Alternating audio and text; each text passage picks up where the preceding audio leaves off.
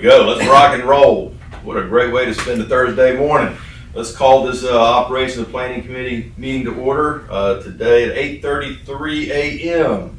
Do we have anybody here who would like to present for the public? Hearing none, let's move on. No? Nothing to that.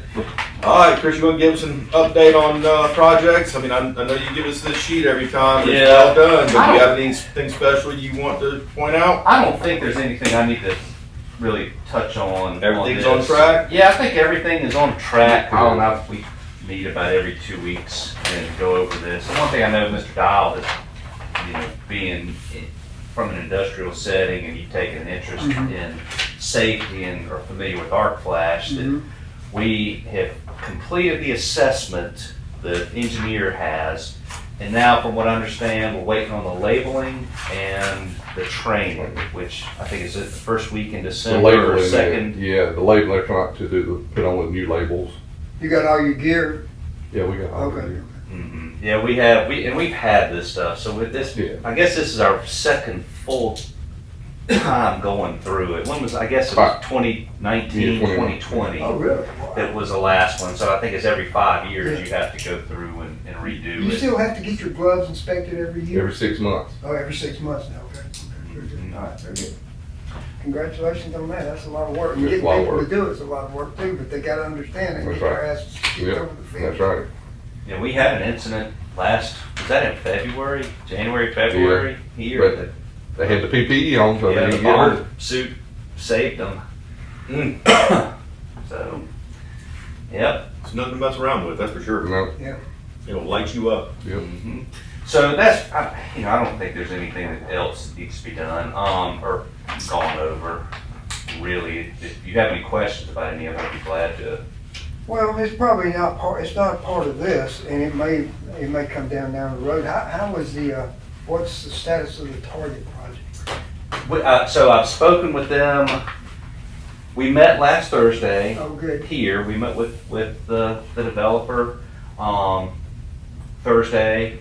DES, they had an assistant bureau chief from Columbia ride up, and we met with them, and I think we got a plan, and it was essentially the same plan that I had approved back with them in late September that was presented to DHEC or DES. DES denied it because it was only going to modify their construction permit to serve one building, which was the Target. So DES considered that whole construction project for the wastewater system would be a single service connection. So creatively thinking about this on the way home one day, I was like, well, what if we just added one other building to that request, then it's serving a public system. So yesterday, or a couple of days ago, I had a meeting with them online, and we came up with the Target and then one other out parcel building that's going to be used in the modified construction permit, which DES said, well, we met with them that they would be fine with. So they're in the process now of completing all the paperwork. I sent them yesterday a draft copy of what their fees would be to us and answered a bunch of questions regarding how the process would play forward with future buildings that happened out that way, which would be that we would have to permit those individually and submit those permits to DES, which we don't like to do one bit, because then we become the ones that have to remember to submit this information to DES to add it on to the capacity of the treatment plant, that checkbook I referred to. But in an effort to make this project happen, we agreed to do it, at least for phase one of the project. So have they paid their fees yet? They have not. I just sent those to them yesterday, and they, again, looked over them. They have said that they're okay with it, so now it's just a matter of, I guess, trying to figure out the proper order of things, whether they need to run that number by DES to make sure they're okay with it before we officially send out what their fees would be, or whether we just go ahead and send them the fees, let them pay those, fill out the permit here, and then just send it to. Was there any conversation about why they drove their feet? No, I think that, the fees obviously were the big matter, and I think that it was something that Mr. Mulder had brought up in one of our board meetings. It was back in August or September, I think he brought it up, that they wanted to be able to pay them as the buildings went up, if I remember correctly. And we didn't do it that way. By policy, we permit the whole site. So then when we came up with the initial idea of let's just see if we can permit the Target building itself, that was presented at DES. I wrote an email to them supporting the idea. I was fine with doing it if DES would support it. And then it was a waiting game from DES. I had to remind them, after waiting for 2 or 3 weeks for a response, I had to remind them, hey, where do we stand with this? Talking about Columbia. And that was when they wrote back a little while later and said, no, we thought about it, we denied this because it's a single service connection. Well, then that's what led to the 2-week notice that we sent out that they needed to. Okay, thank you. So that's. I noticed they're still working when I drive by today. So we've been, again, since I guess mid-September, we've been in communication with the developer ever since then, but I think a lot of that kind of hinged on what DES was willing to do or not do. But now I think everybody is okay and we have a plan for it. Thank you.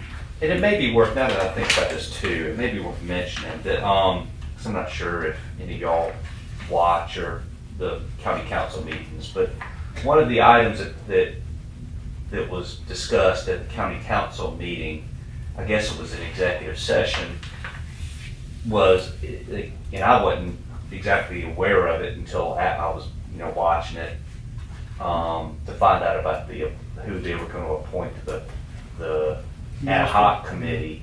And I just so happened that, that item was, one of them, and the very next one was this one I'm going to mention here too, is the county has a plan, and, we've approved that everything's ready to go and I think they even have a construction permit from DES to extend the sewer line from the phase 2 sewer Exit 2. That runs to exit 2, but go basically from Yoder's, that would be, what is that, northeast, whatever it is, up East Fairplay Boulevard toward exit 4. And again, this is stated on here, it's on the green sheet just for tracking purposes because it's a county-led project, but DOT did not want to issue them an encroachment permit to install the line underneath the asphalt. They wanted it to be in the shoulder of the road in the grassy area or in a private easement.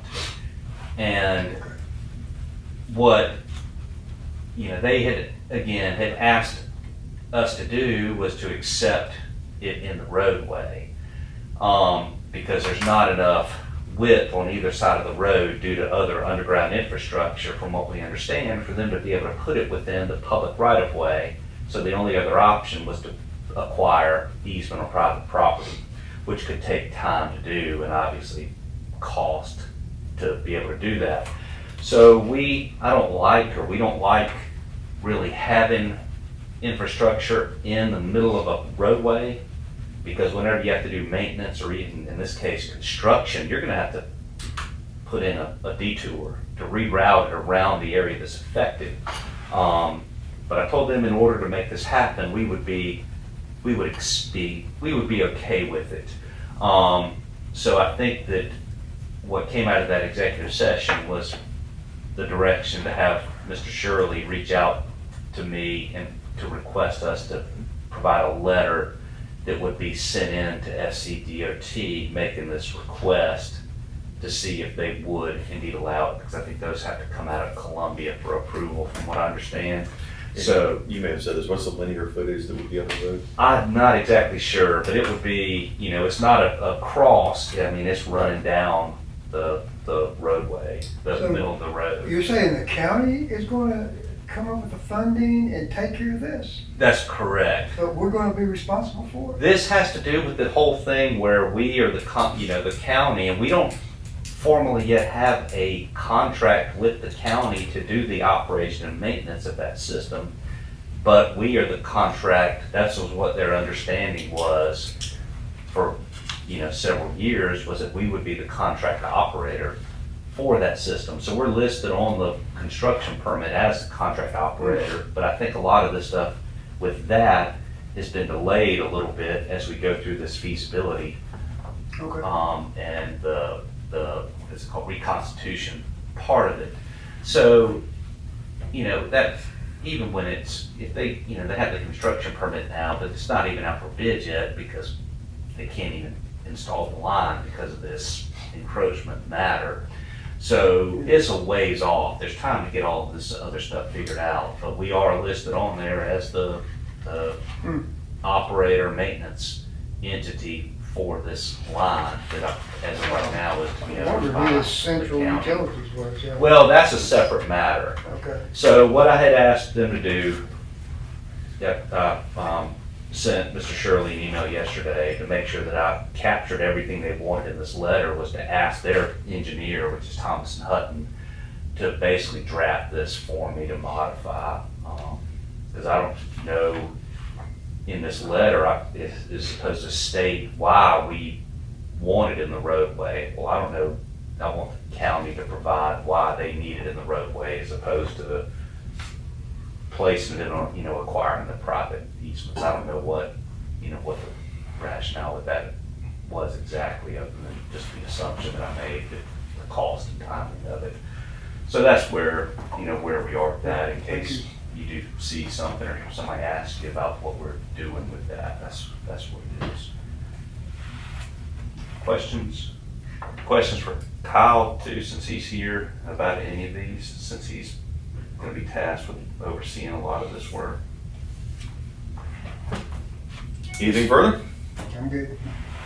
Anybody else?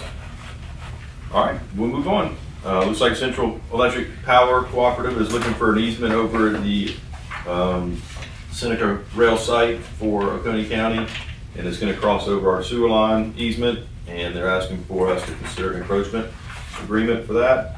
That's correct. Anything you want Nothing really. We've gone back and forth with them on getting the language in their standard template agreement suitable to where we felt it was fair to us, because we already have infrastructure in place, and it's even being built currently with that, the Davis Mill Road force main extension, that wanted it to be fair to us. And after going through this a couple of times, we feel this is fair. The cover letter on this Exhibit B is from the attorney, that we used. We did not use Lawrence Flynn's group because they represent Central Electric. So we had, he referred us to someone else, which is Ryan Newton. He wrote the letter stating that he was, okay with it after reviewing it, and we are here as well. So we recommend that we go ahead and approve this for board consideration. So no structures are going to be within looks like all the poles are going to be outside of that right of way. They're just looking for an aerial crossing. That's correct. Who's Central Electric? I think They're the transmission team for all the cooperatives, so okay. Blue Ridge Electric and all the different cooperatives around the state. Central Electric is their long distance transmission team. Okay. That's- Learned something. That's correct. That's exactly right. And these, we have these elsewhere with them as well. I can think of one other one that we've had. So most all the, other than Duke and the Blue Ridge side, most all those large, tall, cross-country lines, those are all owned and operated by Central Electric. Yeah, just learned something. Okay, thank you. So again, we're good with it. Yeah, and just for the committee and the board's sake, the city actually did grant them an easement as well across the front of our property to get the power to the substation and into the industrial park. So we actually did also issue them an easement across the front of our industrial property there. The biggest concern we had, and where we had to get the language modified to where it would suit us was that we would make every attempt to bury our infrastructure 36 inches deep or more. They wanted it mandated in there, and we can't make that guarantee. So they modified that, you know, we would make those efforts. And then we also, I think at one time had a clause in there about stockpiling or storing any material above existing ground level or something to that effect, which would possibly limit us the ability to do maintenance or construction activities if we were to excavate and be able to, so we have, you know, everything's worked out now. Okay. So where we are able to, I feel we're able to do the job we need to do if we need to do any maintenance over that way. All right, anybody have any concerns or other questions about whether we should recommend this to the board? Do I hear a motion that we recommend to the board to authorize the director to sign the encroachment agreement with Central Electric? I'll make a motion that we authorize to the board to sign this encroachment agreement with Central Electric. Second. All right, motion and a second. Is there any further discussion? All right, hearing none. All in favor by way of aye? Are there any opposed? All right, carries. Next up, looks like, I'm assuming this is part of that redirecting of the capital project funding for the Clarifier 3 repair. We have a request to approve the procurement of Evoqua Water Technologies LLC in the amount of $470,462. Now, you're also asking it to be considered a sole source procurement as well. So kind of gives a description of the service and then why it's needed and why sole source is the way we need to go. So currently, the final clarifier that is there now is a Evoqua tank and clarifier. All the equipment is original from Evoqua. That tank, because they actually, Evoqua designed the tank plus their equipment in it, they're the only ones that can put their equipment back in it. You'd have to redesign the tank and cut the bottom out if you went with another manufacturer. So it's just as easy to go back to sole source with them, but they can do everything to make it match exactly what's down there now. So currently, the drive units, everything is inoperable. So that's what has pushed this to get where it's at now. So it's a proprietary Yeah. company design Correct. that can't be retrofitted with Correct. anything else. Okay. Yeah, we even felt, you know, Kyle and I even discussed this, we felt it could even qualify under emergency procurement as well, but the easiest way to do this would be through the sole source instead of emergency, but it has to be put back online, thus moving it ahead of many of the other projects we have listed on this year. Since it is sole source, you feel comfortable that the amount that they're charging for us is still market? It is. It's gone. It has gone up because of the tariffs. That's what was stated on when we got received. Because I went back and forth with them weeks on the money aspect of it and the equipment. So this is now the best price that we can. Just out of curiosity for the record, if you had to go with another company, and you had to cut the hole and you had to redesign, what would be a ballpark price compared to what? So I talked to a contractor about that, and they said that they would have to basically demo the bottom of the tank, relay the flooring to meet whatever other manufacturer we go with. Well, that in itself is over $150,000 just to do that flooring, plus the cost of getting the and then he said there's a template, what they call it, for another manufacturer to come in. So then they would have to cut their template in. So he said it's a big process to go with another manufacturer. With the other if we did, I'm just kind of curious now, because I don't know, if we did go and do all that, would it make it proprietary to that other To them, manufacturer? yes, it would. So they say that, you know, this is the best, because I talked to multiple contractors about what the best scenario would be for us when, you know, the cost aspect of it, and they said it would be a lot cheaper just to do a in-kind replacement. Okay. Now, one other thing that needs to be mentioned is this does not include installation. Yeah. So That's- we're gonna that's have just to, the price of the that will be equipment. something that we do bid out, because we do have the time, but we need to lock this in before we can put together the specs to put out in the request for bids. Okay. Just wanted that on the record as to what the cost difference would be, since it's a sole source. All right, so do we have any other questions or concerns about the approval of this sole source procurement replacement equipment for final clarifier number 3? Do I hear a motion to approve? I make a motion, we approve the, having the Evoca to take care of this for us. Second. All right, we've got a motion and a second that we recommend to the board for consideration. This isn't a final approval, you still have to take it to the board, right? Yes, sir, we do. All right. Since it's over $100,000, and even if it was an emergency, $100,000 is the trigger Okay. to take to the board. All right, so we've got a motion and a second on the floor. Any other questions or discussion? All right, hearing none, all in favor by way of aye? Are there any opposed? All right, motion carries. All right, I know we had this discussion a little bit before, but it's come back, consider a policy for reserving capacity for large developments. Mr. Eliezer. Yes, sir. So, again, this is essentially what was provided at the last meeting. The only thing that really has changed to this policy that we have in here is we did modify the level or the volume that would be considered a large policy, and what we did just to make it, since we changed the way we do the impact fees to have it based around the general template of what SCDES uses for their hydraulic loading and system design, we use their regulatory language for what would trigger a construction permit on any single project. That would even be a single service connection, which is 50,000 gallons.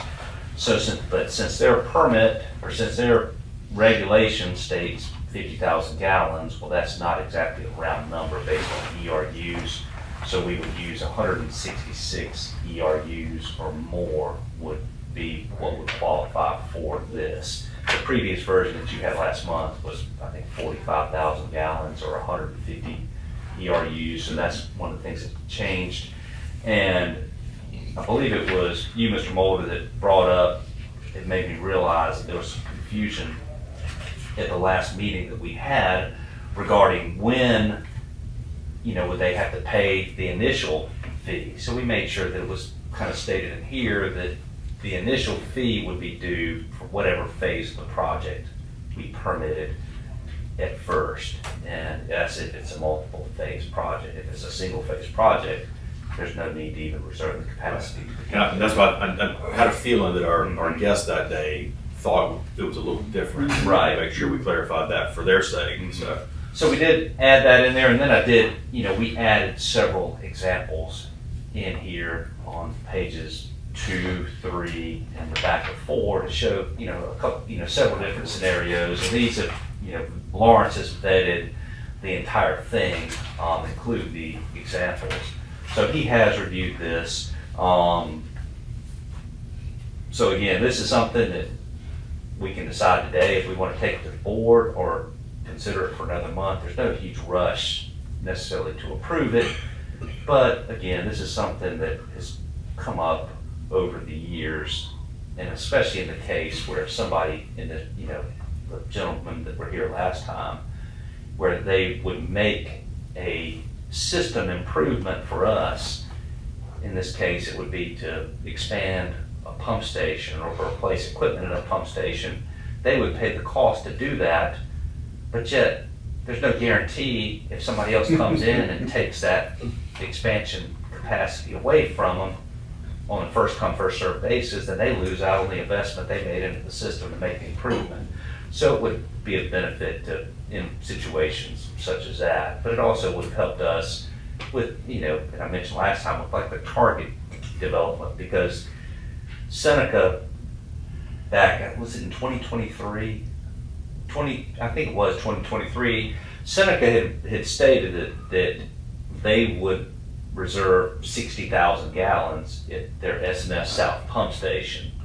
Well, when Seneca did that, it mandated us, whether we approved it or not, we had to reserve that capacity in our system. And we were fine, it's not like that we had any other projects that were beating down the door that were wanting to eat up that capacity, but we had to lock that in because Seneca had confirmed that they would be able to do that.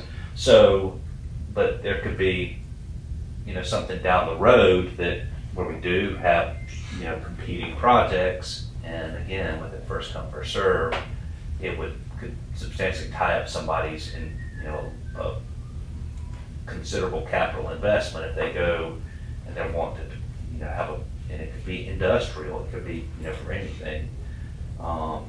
They go and procure the land to do what they're planning to do, and then all of a sudden there's no capacity because somebody's procured from under them to do any of the phases of the project. So again, I do support this. The number, is debatable as to, I'm open to consideration for what we consider to be a large development. But overall, Well, these numbers, they meet the requirements for DES or whatever. and I'll explain that a little bit better. So if, say, we'll continue to use Target, that example. Say the Target building by itself, single connection, since I was talking about that earlier. If that development or an industry, a single entity is going to tie onto the system that is going to contribute 50,000 gallons or more per day, then they have to get a permit from DES even for that single connection. And at that time, it goes to the plant. An actual example of this would be Duke Energy, Oconee Nuclear. I think they have a permit, and I could be mistaken a little bit about the numbers, but it's around 80,000 gallons per day of domestic wastewater. No processed wastewater, just, residential equivalent wastewater. But because they're 80,000 gallons per day, and they're the only single user on that, they were required to get a permit to be connected to us. So that's the justification or the rationale as to why I stated the 50,000 gallons in here. And the footnote 2, it is a copy and paste directly out of the state regulation as to that language. I appreciate you saying there's no rush on this, but I don't see why we can't approve it to put it before the board next month unless we have objections somewhere. Move it down the road, and then instead of kicking it to the curb. The only thing that I think where this could play in reverse to the Target project backwards were the cases where if someone were to connect upstream on our system that then flows through one of the city's lines, and then before it comes back here. So that would almost mandate that the city reserve that capacity too, would it? Yeah, I mean, certainly if it's coming through our infrastructure, you have to, because, it wouldn't matter what happened on your side. If we didn't have the capacity in the infrastructure, it wouldn't matter. So, Yeah, it's almost kind of both of us have to do it. that's right. So that's the only kind of scenario where there may be multiple entities involved, but most of these are going to be the exact opposite, where they're going to connect to one of the member city systems and then eventually make their way to our trunk sewer and the treatment plant. And again, I'm not too concerned about the capacity of the plant. We have adequate capacity of the plant. It's only in the system itself. All right, so Mr. Dawes mentioned he doesn't have an issue going ahead and recommending it to the board. Does anybody else have any hesitations, or do we hear a motion? We go ahead and make a recommendation for the policy for reserving large capacity for large developments. Yeah, I say we make a motion for this large development paperwork to go through. Okay. I'll second. All right, got a motion to second. Any other discussion? All right, hearing none. All in favor by way of aye. Are there any opposed? All right, motion carries once again. All right, Mr. Eliezer, we'll turn it over to you for all of your report matters. All right, environmental regulatory compliance, I think everything's okay. You know, I don't think we've had any spills or releases that we have known about in the last month. You know, we do need to get that clarifier fixed because that is, you know, could be a regulatory matter, that we make sure that we do have the plant operating as approved by that construction permit. But DES with us has always been good to work with. And we do have redundant treatment currently. We're just not able to push all the flow that we're capable of doing it. But in a true emergency, we can at the very least use that tank for storage right now until we are able to treat. So that's that. Consent order and corrective action plan. I submitted our biannual update to DES, and I think that that's number 9, if I remember correctly. We're required every May 10th and November 10th to submit as part of our consent order an update as to where we are with the progress that's made in that order. So that was sent in. The corrective action plans, as part of our consent order, we have asked all the cities, this goes back to February 24, we asked the cities to develop their own corrective action plans using information that we had that was provided to them to show that where we had received excessive inflow and infiltration, or at least certainly concerns of it. So the cities have developed those, and then come May of this current year, that was the first that we had the cities submit to us corrective action plan responses, much like we have to do with the state, but really much more simplified than what we have to do. Really we just asked for a full list of what's taken place the last 6 months, and then what they forecast for the next 6 months they're going to be doing. So now that we have received 2 of those from the city, and we basically have an 18-month window of what we're looking at, the past 12 months action that has been taken, and then the 6 months coming up, what they're looking to do. Those have been sent in to our engineers to look at where we know we had inflow, infiltration, flow meter issues, and then our environmental attorneys look at those 2 to make sure that everyone's on track. So we'll provide cities with written feedback with everything as far as how that's progressing. And I don't know when that'll be. We'll wait to get that back from the consultants and the attorneys. And then miscellaneous, just a couple things there. First and foremost, the board meeting, I think everybody knows because we reached out to everyone and everyone was okay with it. But the board meeting on December 1st has been moved to 2 p.m. instead of 4 p.m. at the request of City of Seneca representatives so they can attend and participate in their Christmas parade. Oh, okay, I was wondering why. So this is something I think Okay. going forward, if I remember, and if, especially the Seneca representatives can help me remember that, and I understand that you guys have your Christmas parade the first Monday after Thanksgiving. Correct. Well, it's the first Monday of December, so typically, yeah, it's the first Monday of December. Typically, it does fall for the first Monday after Thanksgiving. Okay. Sometimes when Thanksgiving is kind of early, there may be a Monday in between, but it's always the first Monday of December. Okay, so next year, so I've already looked, because I'm gonna present the schedule, the tentative schedule to the F&A committee for next year's meetings. If this coming, Tuesday, the F&A committee. So next year, it's a late first Monday, it's December 7th next year. So that's also the day of our board meeting, that Monday. So maybe we go ahead and just say that we're, the first Monday of December, we're just gonna put it at 2 p.m. every year. Would that work? Fine by me. Okay, so I'll go ahead and modify that on the schedule that's presented for next Tuesday at F&A that they'll go to the board for consideration at the December 1st meeting.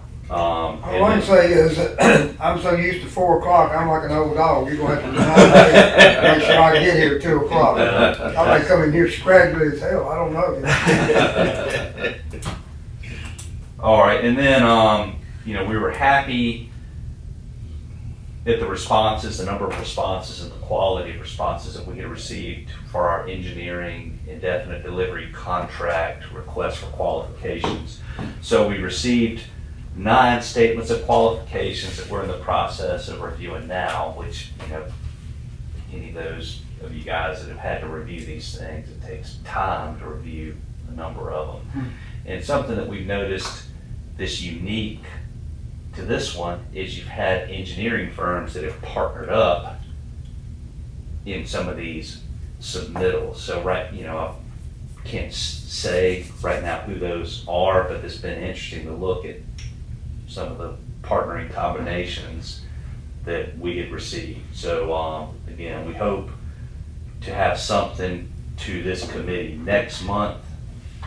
We're selecting 2 firms, and then that'll go to the board for approval in January. And as you notice on here, there's several projects that we have that are awaiting the IDC engineers to come on board, so that we don't have to put every single design project out there for qualifications or proposals for doing the work. So that'll be a tremendous help down the road. That said, that's all I have. Thank you. All right, thank you. All right, do any committee members have any topics or items they'd like to bring to the table for discussion? All right, everybody's happy. Chris, there you go. Great, thank you. No discussion. All right, if that's all we've got for today, do we hear a motion to adjourn? I'll make a motion we adjourn our OMP meeting. And a second? Second. All right, all in favor, go do your real job. You good with that? I'm going to. Yeah, I'm working retired, thank you. Y'all